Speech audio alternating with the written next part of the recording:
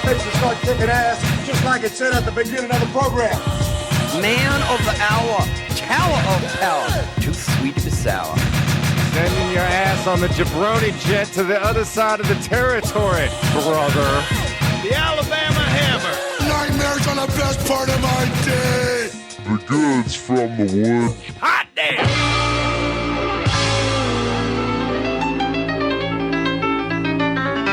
Welcome to the Goods from the Woods. My name is Rivers Langley. I'm Pat Riley. I'm Sam Harder. Were you thinking about how bad Dream Theater was? Yeah, I was thinking about how bad Dream Theater was. I remember when I was in high school, I would buy copies of Guitar World because I was like, I wanted to get some tabs. And every sure as hell, in every episode, there would be like one article like waxing about how Dream Theater was the best band. People love them. Yeah, despite the shift in Guitar World towards like butt rock and 7-string stuff, like, for some reason the only consistent thing was the two consistent things were like, you know, love pieces about Dream Theater and like Steve Vai. Those were the only two consistents. And if you buy a copy of Guitar World today, probably the same thing. Yeah, we're going to be talking about a Michael Portnoy, but not the drummer Michael Portnoy from Dream Theater, which actually makes the Michael Portnoy that I'm going to be talking about in just a minute incredibly hard to Google. Yeah, they were also big fans of King's X. I just want to chime in and say Dream Theater, terrible name for a band. Just so masturbatory, it feels like. See, the thing is, it's only masturbatory if you know the genre. If you just heard Dream Theater, I would assume they would go on tour with like Elf Power and Hot Heat and like Rama Ryan. They'd be like an Elephant Six band. Yeah, exactly. Like yeah, they'd be some like, you know, twee Athens band or something. It would be like, you know, we're the Dream Theater, but then you hear it, it's like prog metal. Some and Jeff like, Tweedy project. Yeah. Yeah, exactly. It's a bummer all around. Yeah. So today, because the Grammys were last weekend and we got the Oscars coming up next weekend. It's the part of the year when everybody gives a shit. You know? We all really care about all this stuff. Yeah. No, I totally care about award shows. I'm marginally interested in them. My interest mainly stems from sitting on Twitter and watching anytime they give an award to some legendary person, watching teenagers be like, "Who the fuck is Paul McCartney?" That's what I really live for. Yeah. Watching people's reaction to it is oddly satisfying. Yeah, my favorite being when Arcade Fire won for, I guess, best album or something. Somebody wrote, "Who the fuck is R.K. Fries?" That's my favorite tweet of any tweet, I think. I prefer RK Fries to RK Fire. Yeah, for sure. Any day of the week. I'm confused that people still watch these things. Yeah. Yeah, well, it's funny because basically the tone of conversation surrounding award shows has just been reduced to why does anyone give a shit about this? Yeah, well, it's live television, and then there's a big like premium in the television industry for live television. Yeah, that's like spoiler proof. Well, and it's kind of the Super Bowl for people who don't give a shit about the Super Bowl. Yeah, and the fact that it's true. like coupled at the same time, it's like this is the time of year that sweeps where almost everybody is going to watch a small amount of live television. Yeah, and which is rare now. Well, no, it's for the people that don't care about the Super Bowl and the people that aren't cool enough to care about the Puppy Bowl. It's that subset. No, you're right. You just reminded me of a family member I have that really cares about this stuff, and they're extremely lonely. Oh, I got a text from someone who lives in this building, but will remain nameless, that just said, "Hey, do we have cable? And specifically, do we have Animal Planet?" And I was like, "Oh," and it was Super Bowl Sunday, so I was like, "Well, I know what you're trying to do." Yeah, No. the Puppy Bowl kicks ass. I mean, it's gotten like way overproduced because the original Puppy Bowl. Like I remember I saw the first Puppy Bowl because they've got like a. I'm cool. Like, all right, it's cool because they got like a blimp and like a capybara hanging out and they stuff. They had a hamster in a fucking biplane with a little hat and like fucking too much. steampunk goggles. Yeah, but and there's like rules. Well, they try to fake a game now through editing, and they used to just have a live. It was like a live camera shot, just like of a small dogs running around. small football field with dogs on it. Yeah, and it was like it was a thing where the first one I saw, and it blew my mind. I think it was 2006.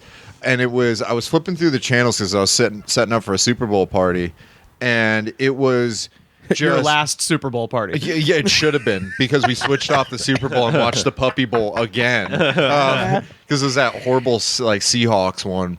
It was just like a playpen that looked like a stadium, 2 cameras, that was it. And there was like puppies running around, there was some toys, there was some music, and then just this one poor like schmo that wasn't even getting union work, dressed up like a referee, cleaning up dog poo and dog pee off of the thing. Yeah. No announcers. Yeah, no announcers. It was just straight up background television. Since we live in Los Angeles, it's rare that we talk about Hollywood issues, and the fact that we got the Oscars coming up next weekend, I was thinking it would be fun to go through what we all really give a shit about, which is weird shit going on at award shows. Yeah. Did you ever care about an award show?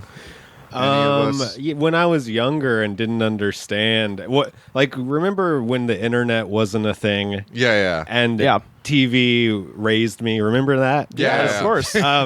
I thought just anything on TV was important. Sure, when I was at a certain age in my youth, That's a great way to put it, actually. Yeah. It seemed a lot more important back then, before you realized, like, oh, this isn't real. Everything here is fake. We're heavily edited. Yeah. The only award show that I ever cared about growing up was the MTV VMAs. Fuck yeah, dude. Yeah, I would hit the VMAs hard. Me too. Every year. And you don't realize that all of these are just advertising. Sure, yeah. Every award show is basically just it's the industry advertising their own product to people. Yeah, I remember the year that like the No Limit Soldiers did make them say I think it was 19. How could we forget? Yeah, I the think gold tank, right? Well, no, they didn't have the gold tank. It was like a really I thought they would have the gold tank. They had it in the video. Yeah, I thought that they would. Why would I think it was, what year was it? 1999. And they were performing, and the only thing that they had was like some people way in the back doing trampoline dunks, but not even like cool trampoline dunks. Oh yeah. Just they had like a 8-foot rim, and they were just kind of like bouncing off of a trampoline that you'd find in your uncle's like basement. Okay, yeah, the little round ones. I do remember this. But then the big thing was, the big reveal was that Snoop Dogg came out, and he was now a member of No Limit. Yeah, that's right. He left Death Row, and then that was with No the Limit buzz briefly. at school the next day, where it's just, and he didn't even like have any verses. He would just go, he was one of the guys. What? Yeah, he didn't say anything. He was just like, kind of in the crew with like Silk the Shocker and Mia X. Why would you even sign up for the No Limit Selective Service if you didn't think you were going to be a full-on soldier? No, he was just like, he was just there, but everybody was like, oh man, Snoop's full-on No Limit. Yeah. You're asking like if we ever cared about those things, and I don't know if I ever actually cared about who won, but I've always been interested in the spectacle, because depending on the size of the awards, like there's really only a couple of them that anyone treats with any sort of seriousness, and even that is only up to a point. The Academy Awards and the Grammys and possibly the Emmys, but then you've got the second tier, and I guess throw the Tonys in there too, even though I don't think I've ever actually watched a Tonys. But an EGOT is a thing. Yeah, exactly. Yeah. Well, no, but you know what I'm saying? Those are like the big four. Those are your Royal Rumble, WrestleMania, Survivor Series, SummerSlam. And underneath it, you have like the Cable Ace Awards, or is that like third tier? Yeah, Cable Ace Awards is like they don't their even version televise that. Yeah, that's their Golden version. Globes is like second tier. The Golden Globes is the second Choice tier. Award. Daytime Emmys. Yeah. Teen Choice Awards, by the way. People's Choice Awards. I don't know if we brought this up when Grant Lyon was on the show, but weirdly, in the what used to be called the Bro House, and now that they've moved is now the Dad Pad, Grant Lyon and Dave Waite, past guests on the show, have Mina Suvari's Teen Choice Award from like American Pie 2 or something. Cool. It's just a surfboard in their living room. It's just inexplicable. Because it used to be the Nickelodeon blimp, but it was a kaleidoscope on the inside. Well, that's the Kids' Choice Awards. Oh, that's the Teen Choice Awards. Oh, yes, the Kids' Choice Awards. Kids' Choice Awards is Nickelodeon. And the Teen's Choice Award. Is a surfboard. Yeah, that's a surfboard. Yeah, which is hilarious. So they, for some Imagine reason, going to the Vanity Fair Teen Choice Awards after party with your giant surfboard. Yeah, I think Stone Cold won a Teen Choice Award. Yeah, one year. probably for biggest badass. Yeah. Just breaks the surfboard in two and starts smashing Sean William Scott over the head with it.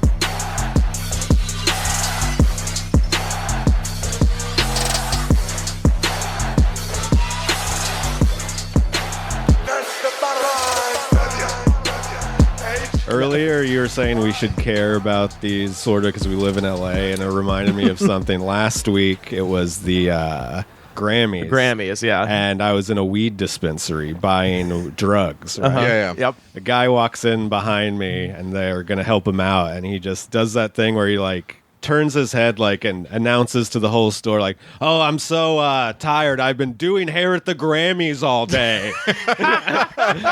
Really need some weed right now." You just yelled that out in the weed store.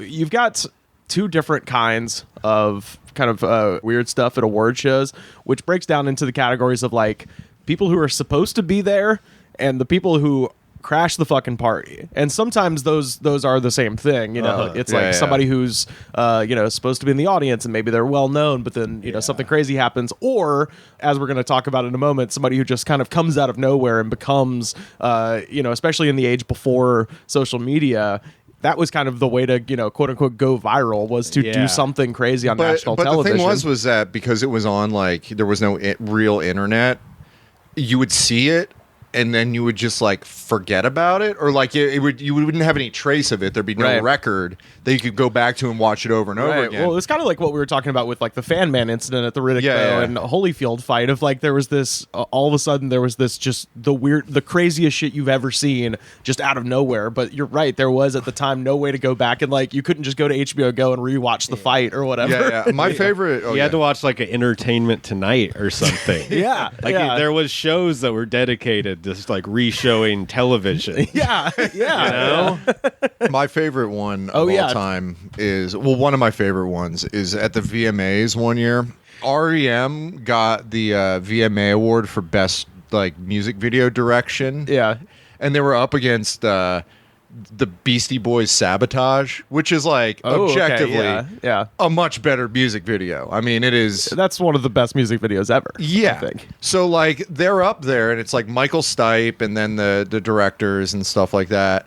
And out of nowhere comes this guy in lederhosen and like a wig and a beard, like a little like, so looking like, just looking like the guy on that what do you call it? The Price is Right. Price is Right game, yeah. Like a stranger in the Alps. And he comes up there and he's just like, "I would like to announce that this is a farce. This is an outrage because Spike is the director that has just... I'm from Switzerland, okay? Let me just tell everyone that. And since I was a small boy, I had dreamed that Spike would win this. And now this has happened. And I just want to tell everyone that this is a farce, that I had all the ideas for Star Wars and everything. And I came up with all the ideas for Star Wars." And it was really like Adam Yauch, MCA, under this character Nathaniel Hornblower. Right, which is, I think he was like the quote-unquote producer of the records. Right? Yeah. But it was just ridiculous because he just like busts up in front of there and there's like no explanation to who this guy is. And it's just this, and those things rule. Yeah. Because the award shows generally are boring. Yeah. Well, and there was one also a couple years later that wasn't as thought out, and I suspect alcohol was heavily involved, but was Fred Durst accepting an award and Timmy C from Rage Against the Machine climbing up to a large tower and sort of shaking it during the acceptance speech, and Durst didn't know who he was. He was just like, "Hey man, why don't you?" What did he say? Like, he's like, "Hey man, jump! Why don't you jump? Quit being a fucking pussy and jump or something." And that was like the event that led to the breakup of Rage Against the Machine. Was it? Yeah, Zach Del Rocca was like, "You are not serious about the revolution." He was trying to tear the fucking thing down. I know, like man. A giant, that seems serious. Yeah, a giant like Statue of Liberty stage set. Yeah. I guess when he failed his book report tests on like Mumia Abu Jamal's life from death row, and he's like, "You're on probation. You're sentenced to being an audio slave from here on out." Zach De La Rocha fucked himself. All the other members seemed like they went and did other shit. Yeah. He was like, "I can't rap over guitar with other people now. This is awkward." Right. I was like, "I'm going to do one cool thing on a Run the Jewels song, and that'll be it for 15 years. I'll write a book of poems or something." Yeah. Zach, if you want to come on the podcast, hell yeah. you. I'm a huge fan. Oh, yeah. So we can talk about George Jackson's Soul Dad brother, or, because they had that reading list in Evil Empire. I think yeah, that's right. Read a number of those books when I was a kid. I was looking up just as I tend to do with these, try to trace the history, try to find the first example of just some real weird shit happening at an award show. And the earliest thing that I found actually goes back to 1938. So in 1938, there was an actor named Alice Brady. She won for Best Supporting Actress in a film called In Old Chicago, but she had cancer and was not at the awards. So she was sick, and some guy walked up on stage, accepted the award, and then walked out of the building with it, and they still have never solved this crime. Whoa. So that was the first one. So they assumed that it was her brother maybe, or her husband, or somebody she knew. Yeah. Not so. So this is 1938. Obviously it was a little bit less planned, than it is now, but that is the first instance of just some weird stuff happening, and somewhere out there an Academy Award for best for best supporting actress. Do you have any tips? If you have any tips from 1938, please call. Email us at thegoodsPod. We won't tell anybody. We just want to see it. There was one, I think it was the National Book Award, and which is there's no. So there's this writer Thomas Pynchon, the guy that wrote Gravity's Rainbow and The Crying of Lot 49, Inherent Vice. The Lot 39. And the thing about Thomas Pynchon is nobody knows what he looks like. So people were there's 2 photos that exist of him, and they were both from his high school yearbook. So he just looks like a high school student with really weird teeth. And I think he got an award for Gravity's Rainbow, and he just sent Professor Irwin Corey on stage. He's some comedian that has this professor gimmick that was big in the 1970s. He would go on Johnny Carson and do his thing, and he just hijacked the show, and everybody was like, "Is that Thomas Pynchon?" I was approached by Herb Gardner. Herb Gardner is also a friend of Ginsberg, and being a friend, he asked Pynchon if it would be okay. And Pynchon didn't know me. I didn't know Pynchon. So since we didn't know each other, there could be no responsibility as to the identity of the guy who was accepting the award, because they didn't know Pynchon. I didn't know Pynchon. Pynchon, I wonder if he knows himself. But this is beside the point. It was a very, very interesting assignment. The fact is that when everybody thought I was Pynchon there, and I was beginning to think maybe I've been reincarnated. Do they televise the National Book Awards? No, they just there was a big hubbub. They just wrote about it. Yeah, there was a big hubbub about it in the New Yorker or something in 1972. Okay. Yeah. The other one from that same time period that's pretty infamous at this point is Marlon Brando winning for The Godfather in 1973 and sending a woman up to the podium. Her name is Sasheen Littlefeather. Yeah, because he was big on Native American rights in that era. I think they allotted 3 minutes for his acceptance speech, and they cut her off after 60 seconds. Which 3 minutes of Marlon Brando in the 70s? Oh, that's 6 hours with an Marlon open Brando. mic, just oof. I'm representing Marlon Brando this evening, and he has asked me to tell you in a very long speech, which I cannot share with you presently because of time, but I will be glad to share with the press afterwards, that he very regretfully cannot accept this very generous award. And the reasons for this being are the treatment of American Indians today by the film industry,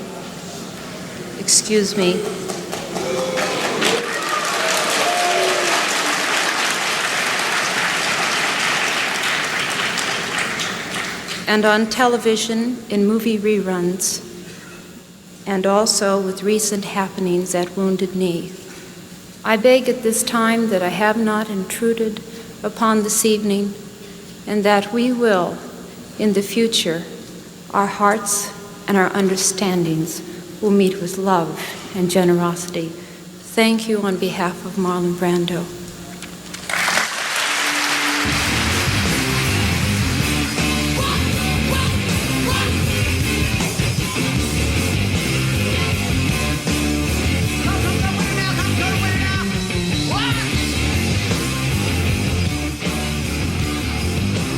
The last one I want to talk about, and then I want to get into the big chunk here. 1974, you got the Oscars going on, and you have the height of streaking. And it occurred to me at some point, I'm going to see if there's enough material to do this. I almost want to do just an entire streaking episode because it was a fucking epidemic at this time. There was just dick and balls all over TV, all over live TV in like 1973, 74, 75. It was just like this chunk where if there was a live TV camera going, somebody was going to take their fucking clothes off and run across the screen. Well, this was at the time of like just society when you could either get away with murder very easily and you could pull your dick and balls out in public and it wouldn't ruin your life. And the cops wouldn't murder you. Yeah. So in 1974, you got David Niven on stage presenting an Oscar, and a guy named Robert Opel just streaks across in the background of this shot. And now, to divulge the contents of this year's most important envelope, is a very important contributor to world entertainment, and someone quite likely. It looks like David Crosby. David Niven just kind of... That's my favorite part, is that the guy looks like fucking David Crosby. Oh, and Niven covers pretty well. Well, ladies and gentlemen, that was almost bound to happen. But isn't it fascinating that... Fascinating to think that probably the only laugh that man will ever get in his life is by stripping off and showing his shortcomings. Burn, baby. But yeah, roasted. I just love that a man who looks too much like David Crosby runs by naked in the background. Did you guys ever see streakers in real life? I have. Where at? Just like in college. Oh, okay. It would just be like, I take that back. Yeah, I did in high school. Yeah. Yeah, I saw one in high school. Senior skip day, one of the seniors who had bright red hair absolutely everywhere came running right through the courtyard with nothing but his fucking Converse on. God, I wish I could remember that guy's name. Legend. Fucking legend is his name. Some people did it at my freshman orientation. I think one of the older classes, like a couple people stripped through the gym when a bunch of all of us were in there. Yeah, and one of them fell down in the center of the court. Hell yeah! And then had to get up and run out. Oh my god! I just imagine being the teacher whose job it is to catch the one overzealous gym teacher that's like, I'm angling to be an assistant principal. Yeah, so I need to do this. I need to lay down the law. I'm gonna catch this motherfucker, and then he falls over. Yeah, and then Coach Pitt ends up having to wrestle a naked person. Hey, that's Greco. That's true Greco-Roman wrestling. They used to wrestle nude. That's awesome. Where did you saw one in high school as well? Not in high school, but in college. Okay. It was like at the library during finals time. There would just be some naked person running through, and see, that's almost like security guy Bob who would have to chase him. That's almost not a fun place to see it, the library at study time, because everybody's actually doing stuff. Like senior skip day in high school is great because everybody's done with their classes. You're just fuck everything, and then there's a naked guy just to add to the jubilance. But that's probably the worst time in college was when I'm at the library studying for finals. I don't want to see that right then. Yeah, it's just distracting me from low my studies. Stakes. Yeah, it is low stakes. Yeah, nobody's looking. It's the most miserable people. Yeah, at the most miserable time of the year. So, Pat, do you have some favorite interruptions? Yeah, well, there's weirdness? ones that I haven't seen, but they're pretty legendary, and they're both at the Brit Awards, which is the British equivalent of the Grammys. And I remember this because my wife was listening to a BBC 4 thing on the band the KLF. I don't know if you're familiar with the KLF. No, I'm not actually. So they were like a couple of guys, or both guys, are kind of entrenched in the recording industry. The one I remember is Bill Drummond because he was the insane one, and he was kind of the leader of the two. And they had a couple of songs. Wait, there were two guys and they had a leader? Well, he was kind of the guy. What an asshole. Well, no, he was the prankster. Okay. And this will really kind of show his kind of warped leaderhood, I guess, for lack of a better term. Because basically the band burned £1 million. So they had £1 million in banknotes, and they just burned it and filmed it, and then they did like a tour of like prisons and like elementary schools across Britain. Okay, and it was this just man like, rules. yeah, how's this make you feel? You know, but the other guy in the group's like, dude, we shouldn't have done that. We should not have done that. So that's why I'm saying he's the de facto leader. And whenever they would do hijinks, he would always be out front. So they had a song called like 3 A.M. Eternal. Like, they had two big hits, 3 A.M. Eternal and What Time Is Love. So at the Brit Awards in 1992, the KLF decides that they are going to disband. Like, we're not going to do this anymore. So they decided, we got nothing to lose. Yeah. And they put them up first on the Brit Awards, the first performance, opening it up. And they kind of kept their identities hidden as well. So what they did was they got a band called Extreme Noise Terror to do a death metal version of this like dance pop song. And the guy Bill Drummond goes out front and he's wearing like a kilt and like he has crutches, like he's like just messed up. Like he just looks like he got run over by a car. And they do a death metal version of this song. And in the middle, at the end of it, they're just like, you know, they have pyro and stuff going off, and the guy's like finishing his drums, and he like pulls out a machine gun filled with blanks and just fires it over the crowd. And like in it, they dude, England is so cool. Yeah. And then there's like a part, like they cut to like one part where it's like, I think it's like Rod Stewart, and he just looks like absolutely mortified, like this guy's gonna kill me. And then they like they announced at the end of the performance, the KLF has left the music business. And then they left it, and then awesome. they left a dead sheep backstage.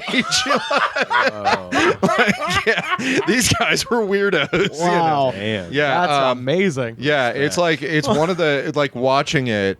It's one of the wildest things because it opens up. Everybody's wearing like tuxedos and gowns and stuff like that, and they're like, "Ladies and gentlemen, the KLF." Yeah, and then it's just like death metal. Jesus. And the other one that was amazing from the Brit Awards, I think it was 95 or 96. I think it's 96. Michael Jackson's performing, so he's performing Earth Song. Oh, right? That would have been 96. I remember that. And in the middle of so the set, it's Michael Jackson. So this did is they like, try to recreate the video? Yes, the video. They do. If anyone's ever seen, if you're listening, you haven't seen Earth Song by Michael Jackson video, go look that up because I think that.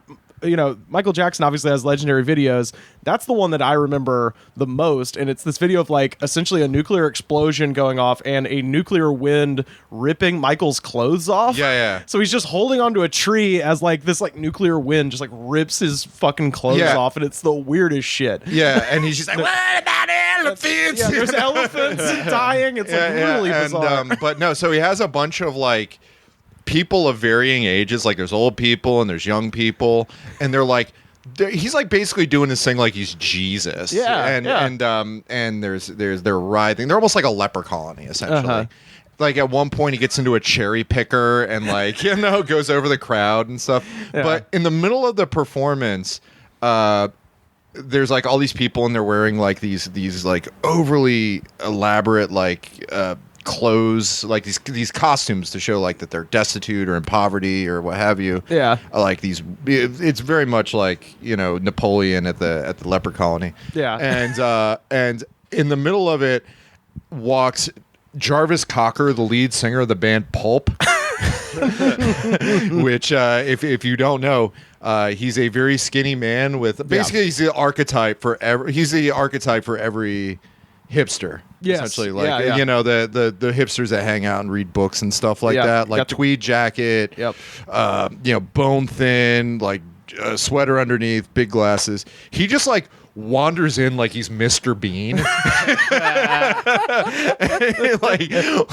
like Mr. Bean has wandered onto the set of Earth Song. So it's like the apocalypse, and this Jarvis Cocker shows up. It's fucking dork, and he's like confused, and he's like looking around. At one point, he's like has his hand over his eyes, just like, what's going on here? And he just like gets in front of it all, and the camera's like following him, because they're like interested as to what's going on. He just like lifts his shirt up and flashes the camera like he's showing his boobs. And then like the security guy comes in and is like, oh, this is not part of the set. And basically rushes to chase him. So this whole performance has turned into Armageddon with Jesus Christ Michael Jackson in the middle of it, and then this poor security guy chasing around a 120-pound Jarvis Cocker who is amazingly quick and elusive, and he just will like he's chasing him around these like this group, and at times he would do a thing where Jarvis Cocker would like hide in the group, and then he would like pop back up right in the front of it, and he would like at one point he like bends over in like his ass to the camera and does like a thing where he like puts his hands on the sides like he's putting like angel's wings on his butt. Oh, he's got like the farty fingers. The duck. Yeah, the farty fingers. Yeah. And this guy just keeps chasing him around. It's like it just turns it's one of the it's like a cuckoo clock. Yeah, it's one of the damnedest things you'll ever watch, because it's just like, wow, this lead singer of this Britpop band is amazingly athletic. And this rent-a-cop is pissed off because he's like, how dare you disrespect Michael Jackson? You know? As I've always said throughout this thing, I haven't got a personal vendetta against Michael Jackson. I think, it can dance. I mean, anybody who invents moonwalk is all right by me. But it was just that one particular performance that I thought was in bad taste, and that's why I did what I did. As for my feelings towards him now, I just think he ought to... it would be good for him to get a bit of reality into his life, really. On this topic, I think it is high time that we put somebody in the Goods from the Woods Hall of Fame. Michael Portnoy. Not Dream Theater Michael Portnoy, but thank God. Michael Portnoy was born in Washington, D.C. in 1971. As a young man, Michael studied comparative literature and creative writing at Vassar College in Poughkeepsie. Oh, God. And theater at... Vassar. What's your beef here? Oh, it's let me tell you about Derrida. You know, like, if you haven't read Of Grammatology, get the fuck out of my face, you know. He also studied at the National Theater Institute at the Eugene O'Neill Theater in Waterford, Connecticut. And after graduating, Portnoy moved to New York City in the early 90s to pursue acting and comedy. Ooh. Quote, I then had a moment in the so-called alternative comedy scene of the 90s, performing blindingly experimental routines in the same nightclubs as people like Louis C.K., Sarah Silverman, and Mark Merritt. Yeah, it's weird that he isn't the worst person in that list. So Portnoy. Yeah. Yeah, exactly. I don't get it. Where's your gravitas? I don't get it. Who are your guys? Let's figure this out. Who are your guys? It was in New York City that Portnoy developed a love for performance art. He described much of his art as, quote, relational Stalinism. Performance art is always bad. Oh, boy. Can we talk about that for a second? Sam, as I was writing this, I was like, Sam, you're as a person who's in the world of comedy, particularly in open mic scenarios, just imagining this fucker showing up at an open mic in the 90s, like, is unimaginable, and I know how much you're going to hate this, and I can't wait for you to hear it. He sounds like the guy, like Michael Portnoy could have easily been the guy that, like, put the bat up his butt at the Hooters open mic. Like, he could have taken that course. Oh, you have no idea what's about to happen. Oh, no. Oh, this shit is wild. All right, so relational Stalinism is a form of relational aesthetics that works against, quote, the fashionable promise that an artwork might offer a democratic magic, transforming interrelational codes into something nicer. This breed of absurdist, dictatorial interaction with participants is a clarification of the artist's imperious role as producer and performer. All of that means absolutely nothing. Yeah. That's the best part. Like, it means nothing. Hey, did you hear how much college his parents paid for him to go to? That means a lot to him. Vassar's expensive, and they're not big on financial aid. The 40th annual Grammy Awards were held on February 25th, 1998 at Radio City Music Hall. The event was hosted by the sexiest man alive in 1998, Kelsey Grammer. Oh, goodness. Robert did he perform Toss Salad? Oh, you know he did. To start and end the show. Yeah. Bob Dylan was nominated for and won 3 Grammys that night, including one for Album of the Year for his amazing 1997 comeback album, Time Out of Mind. Bob was also asked to perform his song Lovesick that night. And the producers of the Grammys decided to populate the stage with a small crowd of extras. And their instructions were to stand behind the singer and, quote, give Bob a good vibe.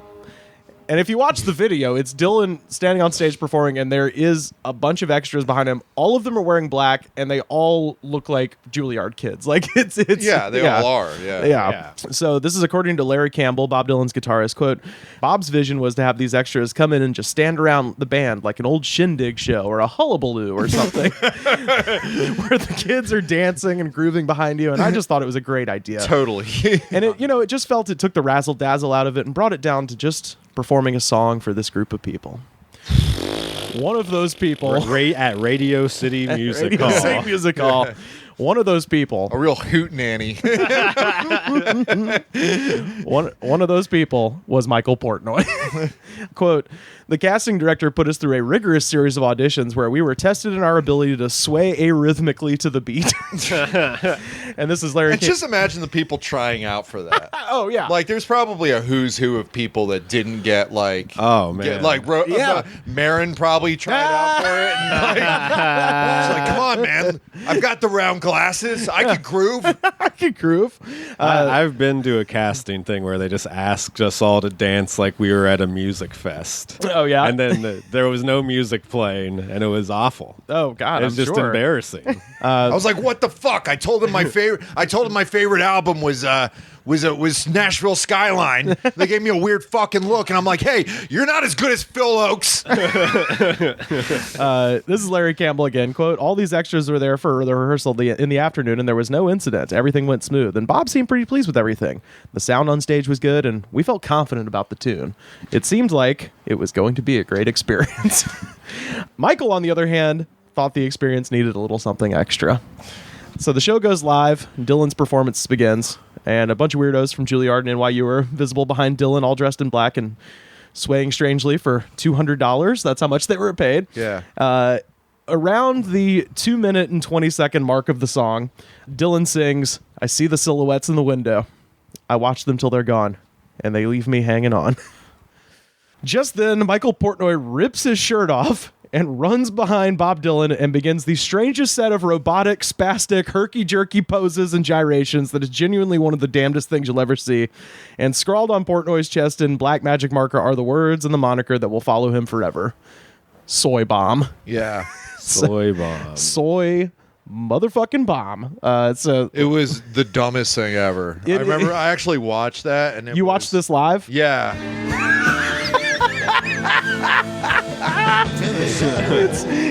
It's just there's something about it. He weirdly looks like he's supposed to be there. Yeah. That's kind of what I'm gonna get into in a minute. It's like the reason they let him go on as long as they did is because they thought he was. They thought he was like they thought he was some weird shit that Dylan added at the last minute because Dylan's so fucking weird and mercurial that this would be right up his alley to add something like this. Hey, you know what I want? I want some guy up there to just go up there and just go crazy. Go crazy because make him like a shitty Iggy Pop because I hate that guy.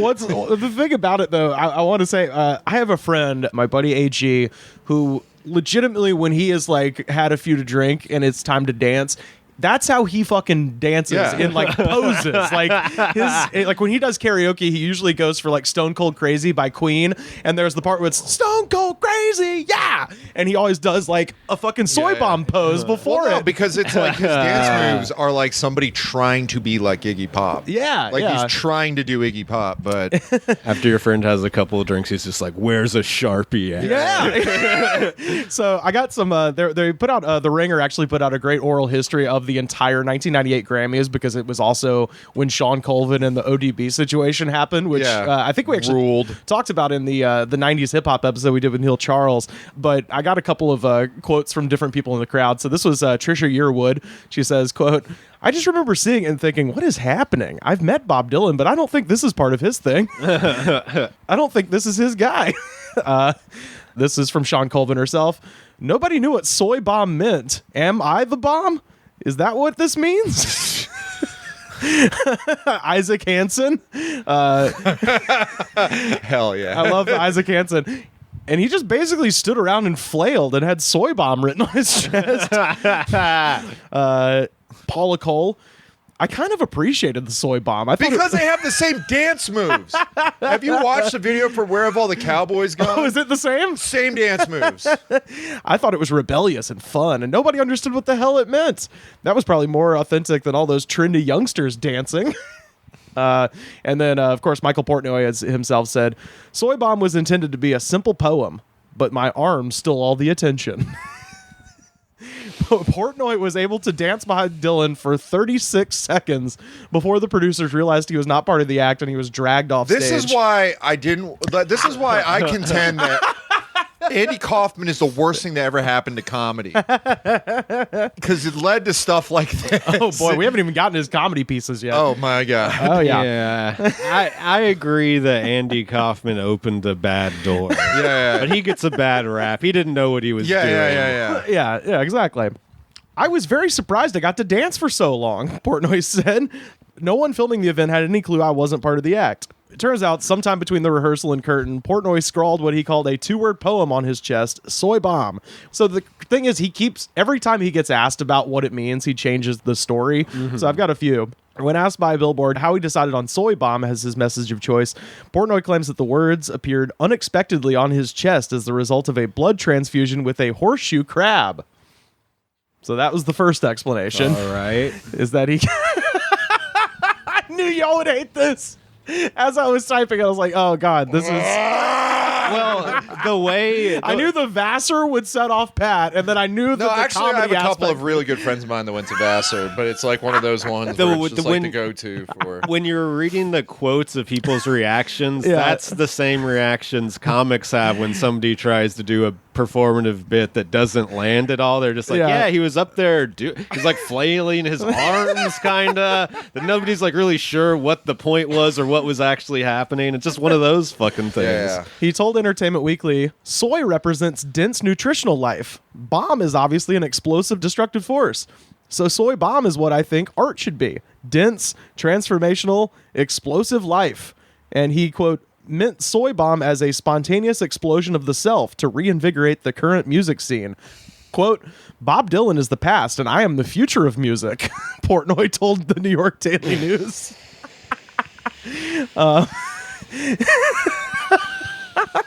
Mark Maron was like, "Good job, man." Could you be one of my guys? In another interview with the Performing Arts Journal, he said that the phrase is a combination of English and Spanish, meaning the bomb of I am. Sean Colvin was on the money. Yeah. Quote, "It was such a perfect format to do something inscrutable, to inject some confusion in the mainframe. I felt like I couldn't get that on stage and not do something else. And at that point in my life, I was working as a comedian. It was almost like telling a joke with my body." Working? That's why your credit is, "I performed at the same place as other people." I wonder if he did that. I illegally performed. I wonder if he did the thing where it's like on his like he has like a show or something like that, and it's like Michael Portnoy, parentheses, the Grammys. So it's on his credits. He does comedy, sort of. He calls his comedic pieces, quote, "the injection of the sublime, the blatantly inscrutable, the abstract, the primal, the choreographic, the theoretical, the improbable, the generative, the post-rhythmic, and the turbo-stupid."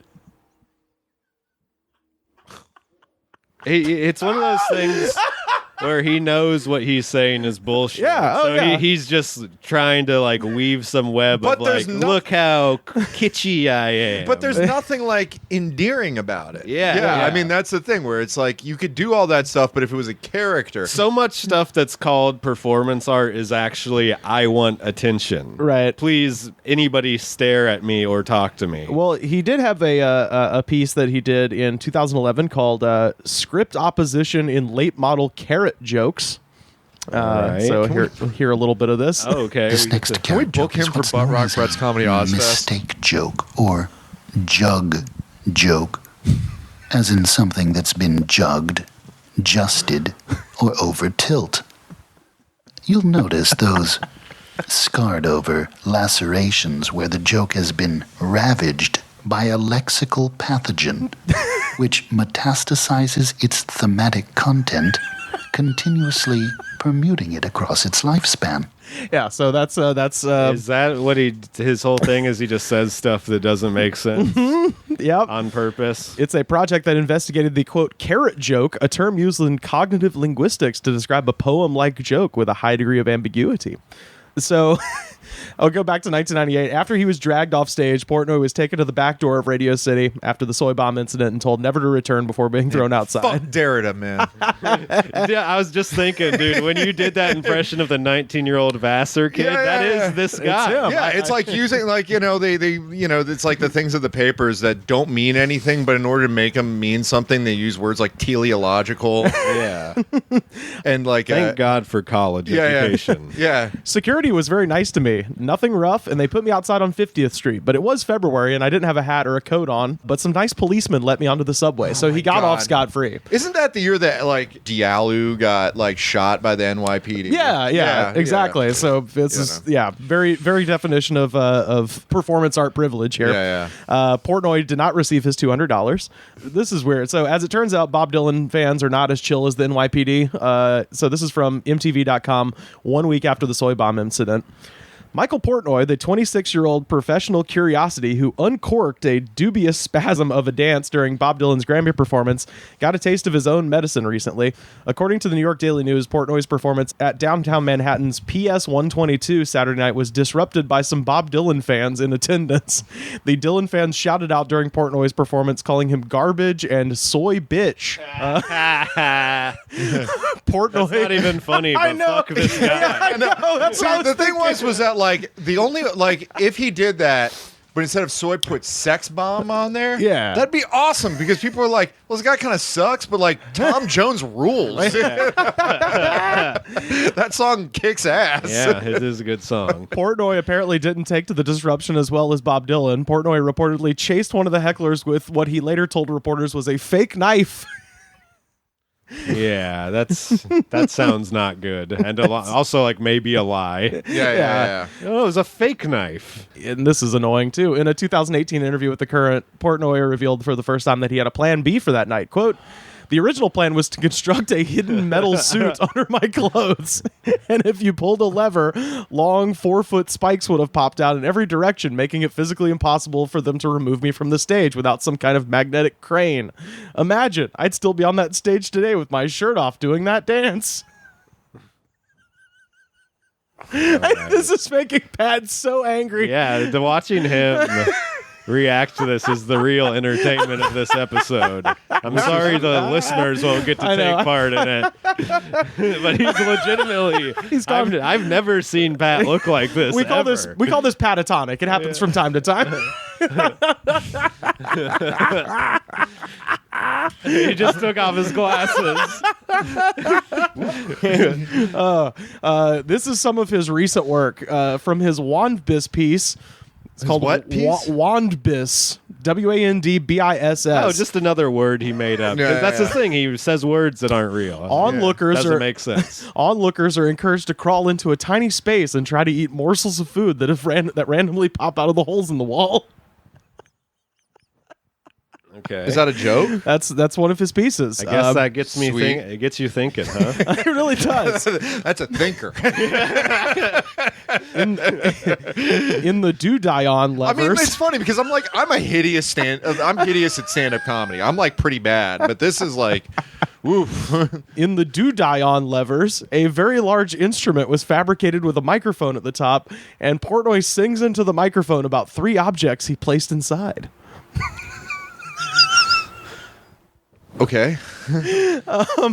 Recently, one of the projects I enjoyed most was the Taipei Women's Experimental Comedy Club of 2010, which I built as a venue for only the most bewildering assaults upon stand-up comedy. Sounds like one of those things you'd have to be there for.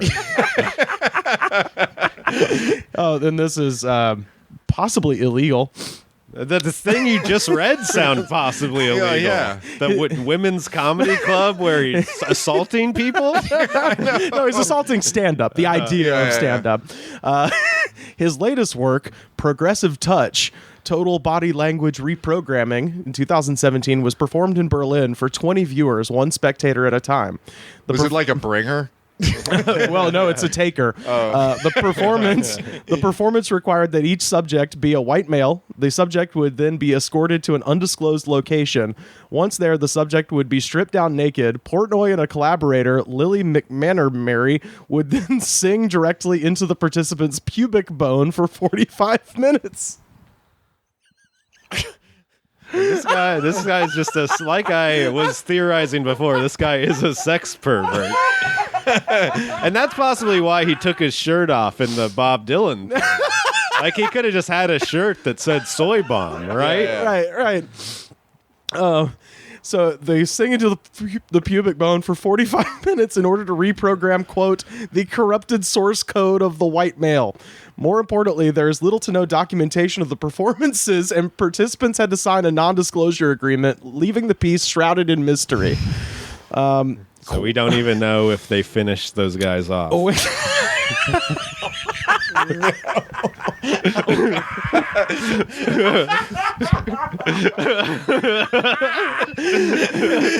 That sounds like to me. You can't tell anybody about this, especially not my wife. This is Michael's quote about Progressive Touch. Quote, the vocals are coupled with a vocabulary of gestures and moves. Oh my god! Oh my god! I told you. And the choreography, call it that, sure. The choreography further perfected and tested on subjects with performer Lily McNamee. So yeah, Lily and I basically shouted at a bunch of German guys for 8 hours a day. You can call it Krautcock if you like. No, I would not like. See, he went too long. When asked by Billboard if he would ever crash a national television event again for an art piece, Portnoy annoyingly said, quote, if the delivery of all the nation's programming were confined to just one jumbotron in the heart of the country, I might consider occupying a few square feet in the lower right corner, kind of a living punctuation. Ugh. When he said that thing about injecting something in the mainframe of society. Anybody who talks like that is just, you deserve a tombstone pile driver. Michael Portnoy, you deserve a tombstone pile driver. Yeah, that would be... Yeah. But instead, you're going into the Goods from the Woods Hall of Fame. Hey, you should pull some of that, like, WrestleMania. Yeah. Oh, my God. Preferably during, like, a Brock Lesnar match. Beautiful. But Ronda Rousey would be good, too. I mean, shit, if he had any balls, he'd do what Fan Man did and try to land in the middle of an Oakland Raiders game. Yeah. See what happens. Yeah, so it's one of those things, like, I like the soy bomb incident, and I was like, oh, we should cover soy bomb. And then the more I looked into it, I was like, this guy is annoying as fuck.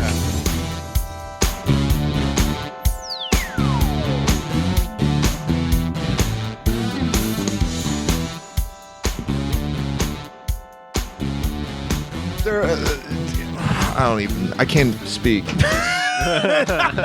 Horrifying. That was horrifying. I'm so glad I got to share that with That was horrifying.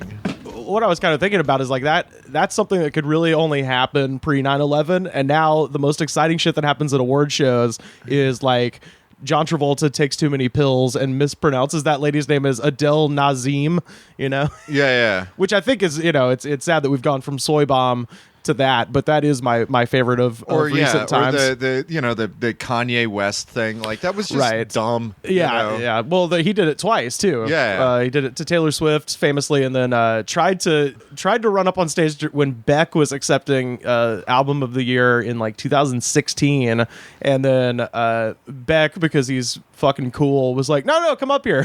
Yeah. And was just like, yeah, let's hang out. I like your music. And just like tried to bring him up. So handled it well, which is exactly how you should handle it. Although that is not the Beck album to win Album of the Year, Morning Phase, unfortunately. But I mean, I believe, if I'm not mistaken, Midnight Vultures lost out to fucking Steely Dan. Yeah. And Two Against Nature. Yeah, and Odelay was up for something, and I think it might have lost out to Time Out of Mind. Oh, yeah, is that right? Yeah, that would have been the year. Because it was the same year that they had Flaming Pie by Paul McCartney. Which did lead to one of my favorite things ever was, and I wish I could find a clip of it, it was Steven Tyler.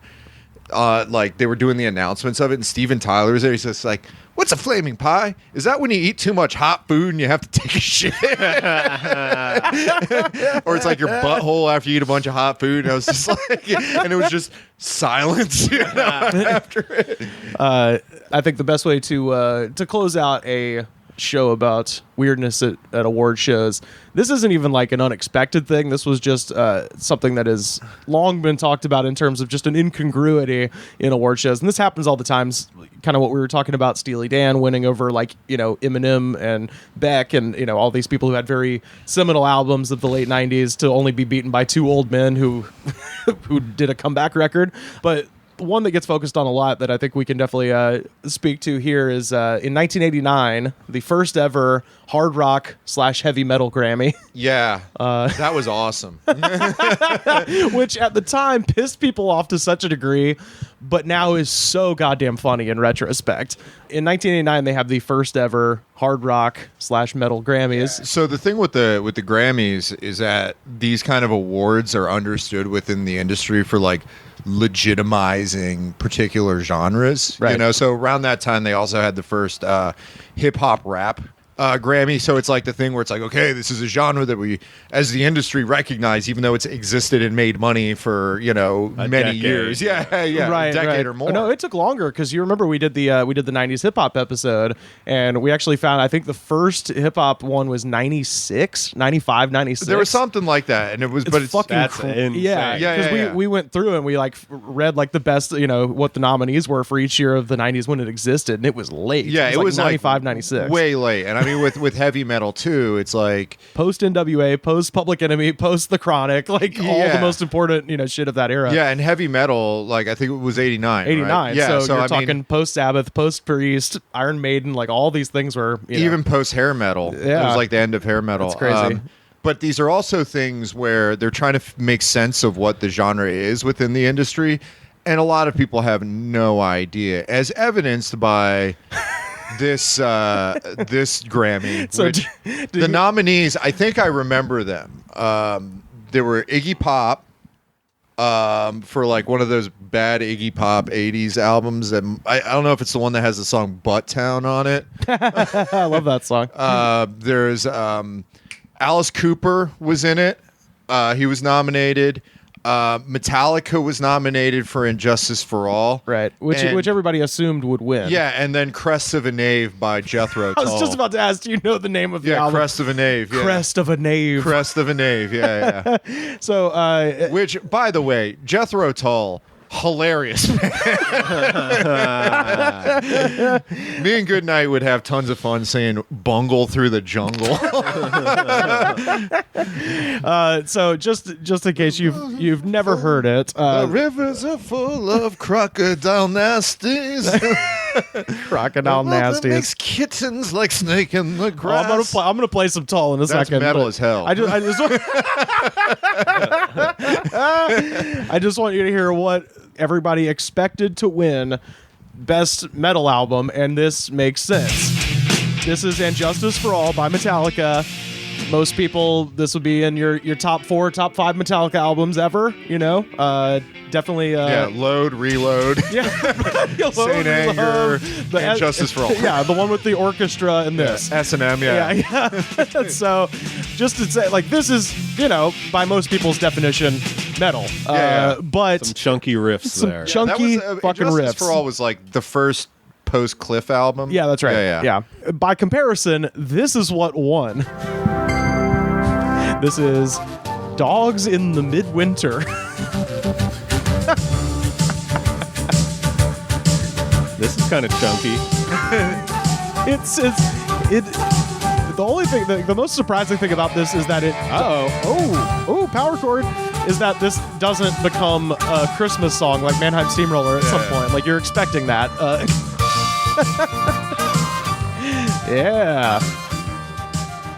Yeah, because experience the metal. Because it's funny, because I don't even recall this album being a hit. No, because I think it wasn't. They had to go out of their way to give this an award. Yeah, because it's like, I think in the 1980s, their only hit was like Lap of Luxury. There's like a random song like Lap of Luxury, because they'd always play it on VH1 Classic, the video for it. It was usually that and Looking for Clues by Robert Palmer were like in super heavy row on that. And they were like, oh, we need to throw something in there. All right, we have Alice Cooper. We have Iggy Pop. I guess that's kind of metal. Jethro Tull. Yeah. They rock pretty hard. Locomotive Breath. Yeah. Rocks. I mean, even at their hardest rocking, and I like some Jethro Tull, I would not call them hard rock. Yeah. They are AOR, dad rock. Call it what you want, but it ain't hard. And Tull, even, because they have a fucking sense of humor about themselves, they were also confused. They did not show up for the awards because they were like, well, obviously we're not going to win this because that would be patently ridiculous. And so they weren't even there to accept the award. So I feel like I was saying earlier, all these things are just meant to advertise something. Yeah. This Jethro Tull was the safest option. Yeah. They're not going to put on like the newspaper or television like, hey, this is a great album, go buy it, about Alice Cooper or Metallica. Well, no, it's one of those things where the voters, they give the ballots to the voters in the National Association of Recording Arts and Sciences, like the members, and they don't know what Metallica is. Yeah. It's just like, what it's band like Clive Davis. Yeah, what band do I recognize? Oh, yes. Jethro Tull. Yeah. I have 3 copies of Thick as a Brick for some reason, like most dads do. Yeah. I'll vote for that. Yeah, the voters are just like people like David Geffen who haven't heard a new song since fucking like Petula Clark and shit. So they're just like, this one. Yeah. They just don't know like what the stuff is. And this is like, oh, what's the most recognizable thing on there? Tull. Yeah. It's just like when you look at the animation Oscar or the documentary Oscar, right? Usually the animation one, it's just like, I haven't watched these animated movies. Yeah. I'm just going to go for the one that's the most recognizable. The Pixar one or the DreamWorks one. Yeah. Usually it's the Pixar one, or even the thing with last year with the animated short where it was the Kobe Bryant one, where it was just like everybody was just like, what the fuck in the animation world? But there was just like right next to it says producer Kobe Bryant. Yeah, like, well, I know him. Just like, oh, I know who Kobe Bryant is.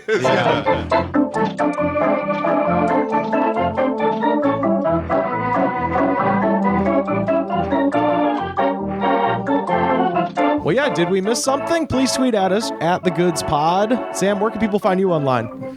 Twitter at Slam Harder. All right. Yeah, and if you want, you can join me in my Jethro Tull fan group. You can join me at Soy Bomb's next performance of the thing where he yells at my dick. We're all going to yells at my with a grapefruit. Oh man!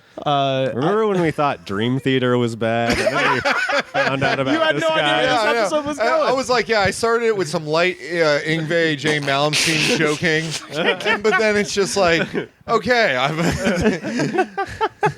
I actually do have a couple shows to promote this weekend. If you're in Los Angeles, I'm on the Unpopular Opinion Show at the Hollywood Hotel. It's located at Vermont and Lexington in East Hollywood. And that's 9 p.m. on Saturday, the 23rd. And at 9:30, I'm at Punchline Punch Out at the Improv Lab with our friend and past guest of the show, Andy Erickson. Oh, yes. I saw her on Friday, and she was like, hey, do you want to do my show? And I was like, fuck yeah, I do. Andy's tremendous. Absolutely. Yeah, so go to that one, not the Hollywood Hotel show. Yeah. Or, I I mean, I think you should try to both. Try to go to both because I'm going to try to go to both. I hope I can make Where's both. It's at the Improv Lab at 9:30. So yeah, I've actually got fucking dates this time. But yeah, you can Club Comic Rivers Langley. Yeah, folks. finally. And, the Improv Lab is attached to the Hollywood Improv, by the way. So not the main room, damn it. But I'm booking a show. It's going to be Michael Portnoy, Mr. T. Yeah, dude. You know, if you're booking comedy in New York, book Michael Portnoy. Yeah, absolutely. Get him some stage time and then film it, and we want to see it. Put it on Pornhub because I'm sure that's pretty much what his act sounds like at this point. But yeah, you can find us on Facebook, facebook.com/thegoodspod. We're on Twitter @thegoodspod. Every episode ever, youtube.com/thegoodspod. Big shout out to our friend Richard Eden up there in the Klondike doing the hard work at the Brain Freeze Podcast Network and thegoodspod.com. Pat, what should the folks do when they get to iTunes? Rate, review, subscribe, leave a comment. Yeah. Get in the mix for the cookbook. Yeah, that's right. Yeah. So send us a screenshot of your 5-star review. And at the end of this month, I'm going to be sending you a cookbook and a t-shirt and some stickers and some other shit if you win our funniest comment contest. Yeah. We got like 3-4 already up there. Shows the attitude of gratitude. Yes, and if you don't have the attitude of gratitude, Michael Portnoy's going to come to your house and do weird stuff to you. Yeah. He'll show up to your open mic. Scream at your dick. Song of the week this week. This is the Eels with Whatever Happened to Soy Bomb. We'll see you next week. Blue light is flickering through the city streets. 1 billion TV sets glowing off concrete. One day closer to death, I know that I don't have too long. Whatever happened to Soy Bomb?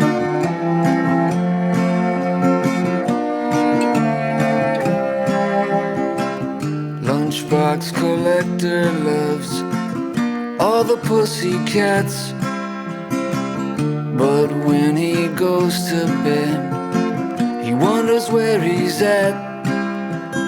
Thrift store shirts and old haircuts, living in an old sitcom. Whatever happened to Soy Bomb?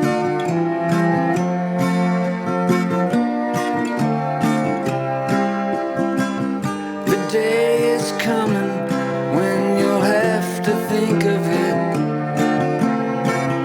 Was it really worth it, all that shit?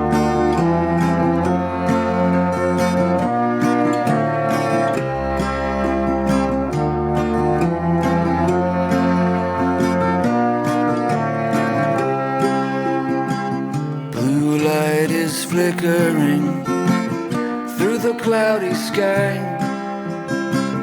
1 billion lonely hearts beaten till they die.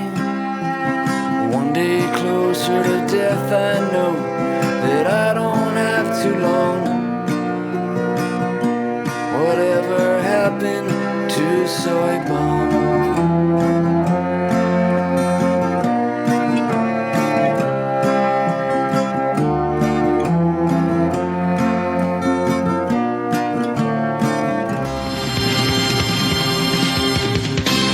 The Goods from the Woods was mixed, edited, and distributed by me, Rivers Langley. You can find the show on Twitter @TheGoodsPod. Our theme song was composed by DJ Smiles. Check him out on Twitter @DJ Smiles.